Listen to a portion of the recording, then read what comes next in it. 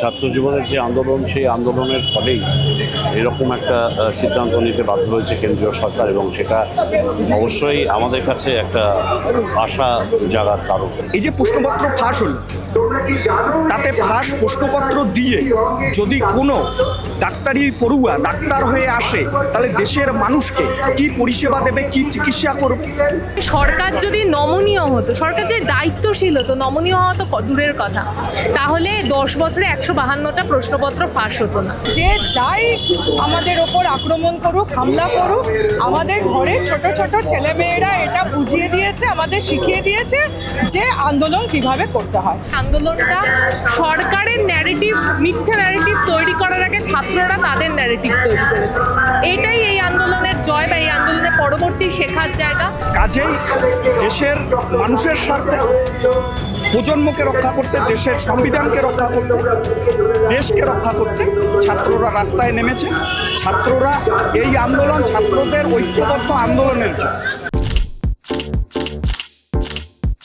ভাই ভাই, এটা মডেল না খাতা, আর কত ফটোগ্রাফি করবি? চুপ কর, সামনে মাধ্যমিক, নোট জোগাড় করে পড়তে হবে। কবে পড়বি ভাই? গ্যালারি তো নোটের লাইব্রেরি আর স্টোরেজে পিডিএফ এর ছড়াছড়ি। ধুর, কোনটা পড়বো কোনটা ছাড়বো কিছুই তো বুঝতে পারছি না। আরে তাহলে মৌলিক লাইব্রেরির বই পড়। ওদের সম্রাট এক্সক্লুসিভ সাজেশন বইগুলোতে পাবি সমস্ত গুরুত্বপূর্ণ এমসিকিউ, এসএকিউ ও বড় প্রশ্ন একেবারে উত্তর সহ। কমন পাবো তো? টপারদের জিজ্ঞেস কর। সম্রাট এক্সক্লুসিভ সাজেশন মাধ্যমিক, ভালো রেজাল্টের পাসওয়ার্ড। তোমরা এতদিন ধরে ছাত্র রাজনীতি করছো, তার সঙ্গে যুক্ত, আজ যখন এত বড় একটি ঘটনা ঘটলো এবং সেখানে ধর্মেন্দ্র প্রধান পদত্যাগ করতে বাধ্য হলেন, কোথাও গিয়ে ছাত্র রাজনীতির জয়? কারণ যে ছাত্র রাজনীতির ওপর মানুষ ভরসা রাখতে পারছিল না, এতদিন ধরে ছাত্র নির্বাচন বন্ধ সমস্ত কলেজে বিশ্ববিদ্যালয়গুলিতে, সেখানে কোথাও গিয়ে কি জয় সেটা? পরাধীন ভারতবর্ষ থেকে স্বাধীন ভারতবর্ষ, ছাত্র আন্দোলনের ইতিহাস ভারতবর্ষের বুকে আছে। স্বাধীনতার জন্য ছাত্ররা যেমন রাস্তায় ছিল, আজকে দেশের বুকে দেশকে বাঁচাতে, সংবিধানকে বাঁচাতে, দেশের মানুষকে বাঁচাতে ছাত্ররাই প্রথম সারিতে দাঁড়িয়ে নেতৃত্ব দিচ্ছে। ধর্মেন্দ্র প্রধানের পদত্যাগ অবশ্যই শুধুমাত্র ডাক্তারি প্রবেশিকা পরীক্ষায় জালিয়াতি করলেন, প্রশ্নপত্র ফাঁস করে দিলেন, ডাক্তার পড়ুয়াদের ভবিষ্যৎ নিয়ে ছিনিমিনি খেললেন, এতটুকুই কি না? এই যে প্রশ্নপত্র ফাঁস হলো, তাতে ফাঁস প্রশ্নপত্র দিয়ে যদি কোনো ডাক্তারি পড়ুয়া ডাক্তার হয়ে আসে, তাহলে দেশের মানুষকে কি পরিষেবা দেবে, কি চিকিৎসা করবে? একটা ভয়ঙ্কর কন্ডিশনের দিকে যেতে পারে। কাজেই দেশের মানুষের স্বার্থে, প্রজন্মকে রক্ষা করতে, দেশের সংবিধানকে রক্ষা করতে, দেশকে রক্ষা করতে ছাত্ররা রাস্তায় নেমেছে। ছাত্ররা এই আন্দোলন ছাত্রদের ঐক্যবদ্ধ আন্দোলনের জন্য। ধর্মেন্দ্র প্রধান পদত্যাগ করতে বাধ্য হন।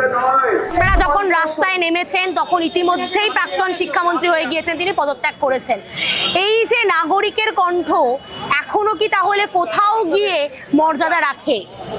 অবশ্যই ছাত্র জীবনের যে আন্দোলন, সেই আন্দোলনের ফলেই এরকম একটা সিদ্ধান্ত নিতে বাধ্য হয়েছে কেন্দ্রীয় সরকার, এবং সেটা অবশ্যই আমাদের কাছে একটা আশা জাগার কারণ। একাধিক শিক্ষা দুর্নীতি আমরা দেখেছি দেশ জুড়ে, রাজ্য জুড়ে। আপনারা আজকে এনটিএ এর মতো একটি বডি, সেই বডিকে বাতিলের দাবি তুলেছেন। কি কি দুর্নীতি মনে হচ্ছে, কি কি দাবি রয়েছে আপনাদের? দাবি তো খুব স্পষ্ট, সেটা হচ্ছে যে যারা বন্দী হয়েছেন, তাদের গ্রেপ্তার বরণ করেছেন, তাদের অবিলম্বনে মুক্তি দিতে হবে। এই যে এনটিএ সংস্থাটা, এটা অবশ্যই বিক্ষোভের মুখে পড়েছে, কারণ এরা দক্ষভাবে যে মানে এক্সামিনেশন সেগুলো হ্যান্ডেল করতে পারেনি। এবং সবথেকে বড় কথা যে এই দেশ জোড়ায় যে ছাত্র আন্দোলন চলেছে, তার সমর্থনে কিন্তু সারা দেশের অনেক মানুষ এসেছে। তাদের বিভিন্ন রকম দাবি রয়েছে, সেই সমস্ত দাবি মন দিয়ে শুনতে হবে, এবং যাকে তাকে যখন তখন আরশোলা বলে উড়িয়ে দেওয়া যাবে। আমরা দেখলাম যে সংবাদ মাধ্যমকে আক্রমণ কলকাতার মিছিলে, তা নিয়ে একাধিক বিতর্ক শুরু হয়েছে এবং সংবাদ মাধ্যমরাও কিন্তু যথেষ্ট ক্ষুব্ধ। এই বিষয় নিয়ে কি বলবেন? না, সংবাদ মাধ্যমের উপর আক্রমণ তো সমর্থন করা সম্ভব নয়, কারণ গণতন্ত্রে বাস করে।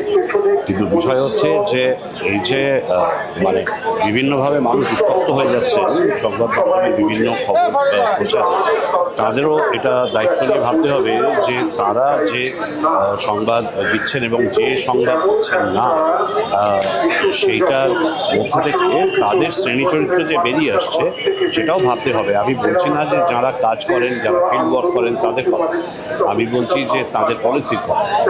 সেটা নিয়ে অবশ্যই আমরা খুব আশাবাদ ছবি পাচ্ছি।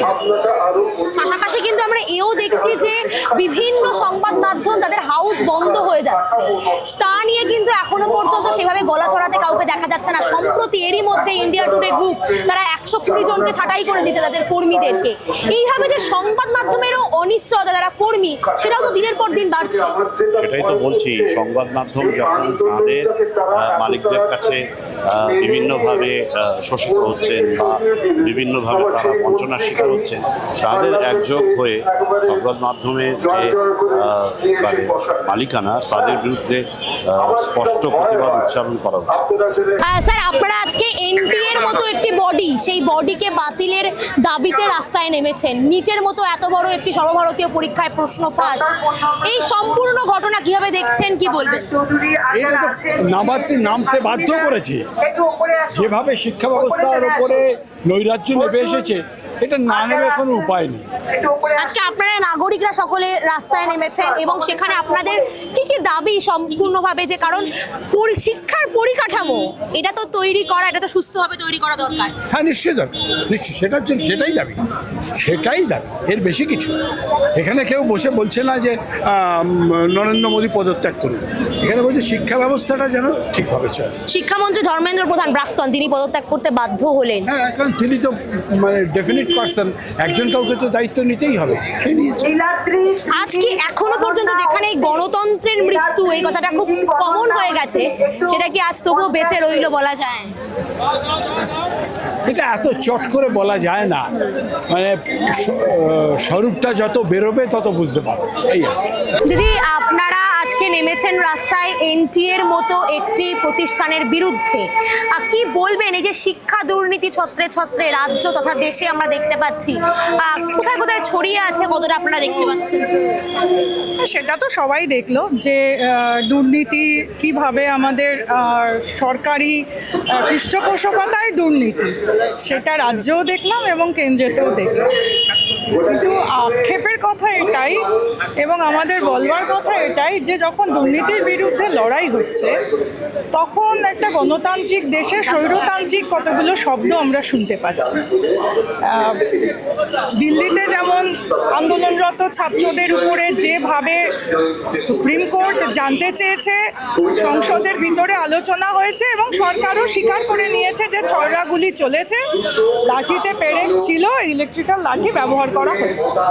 কেন, কিসের জন্য? এবং রাজ্যের ক্ষেত্রেও আমরা এর আগে 15 বছরে একই কথা দেখেছি যে দুর্নীতির বিরুদ্ধে কথা বললেই তার উপর চরম আক্রমণ। এখন আবার রাজ্যের মধ্যে স্বৈরতান্ত্রিক শব্দগুলো আমরা দেখছি, দেখিয়ে দেবো, বুঝিয়ে দেবো, ছাড়বো না, বুঝে নেব, সবক শেখাবো। তো এইগুলো তো গণতান্ত্রিক দেশে এই স্বৈরতান্ত্রিক শব্দগুলো কোনোভাবেই বরদাস্ত করা যায় না। তাহলে গণতান্ত্রিক পরিসরের মধ্যে যখন আমাদের কোনো কিছুর বিরুদ্ধে, দুর্নীতির বিরুদ্ধে যখন লড়াই হচ্ছে, তখন সেই লড়াই আমাদের যে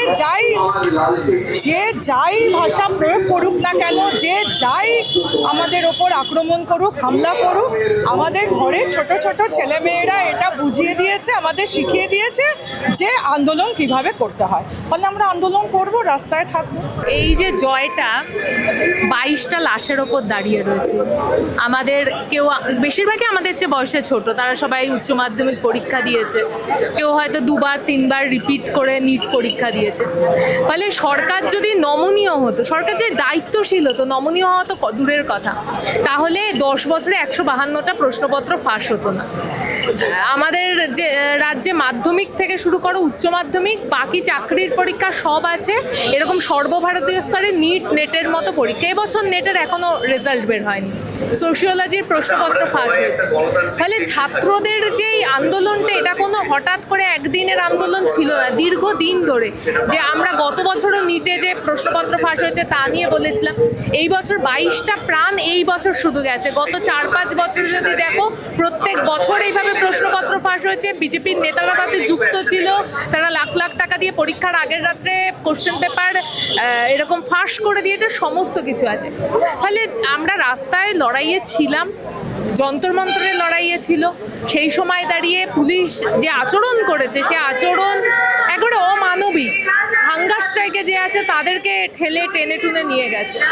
ফলত এই জয়টা আমাদের কাছে সত্যি, মানে এই ঘটনাটা যদি ঘটতে 22টা প্রাণ না যেতে হতো তাহলে হয়তো অন্যরকম হতো।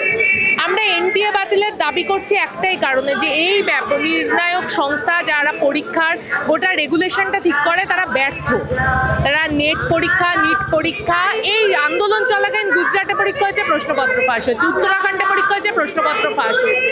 তার মানে সরকার গোটাটাকে একটা টেকেন ফর গ্রান্টেড করে নিয়েছে যে আমরা যা ইচ্ছা করতে পারি, আমরা সংখ্যাগরিষ্ঠ সরকার, ফলে সংখ্যাগরিষ্ঠ আসন আমাদের হাতে আছে, আমরা যেভাবে ইচ্ছা বিল পাস করাতে পারি, যা ইচ্ছা করাতে পারি।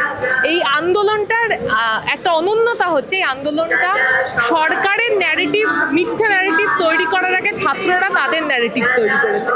এটাই এই আন্দোলনের জয় বা এই আন্দোলনের পরবর্তী শেখার জায়গা, যে মিথ্যে ন্যারেটিভকে জেনজি বলো বা এই প্রজন্মের ছাত্ররা তারা নিজেদের ধকে, নিজেদের দমে, নিজেদের যোগ্যতায় তাকে পুরো খান খান করে দিয়ে সঠিক ন্যারেটিভ তৈরি করেছে।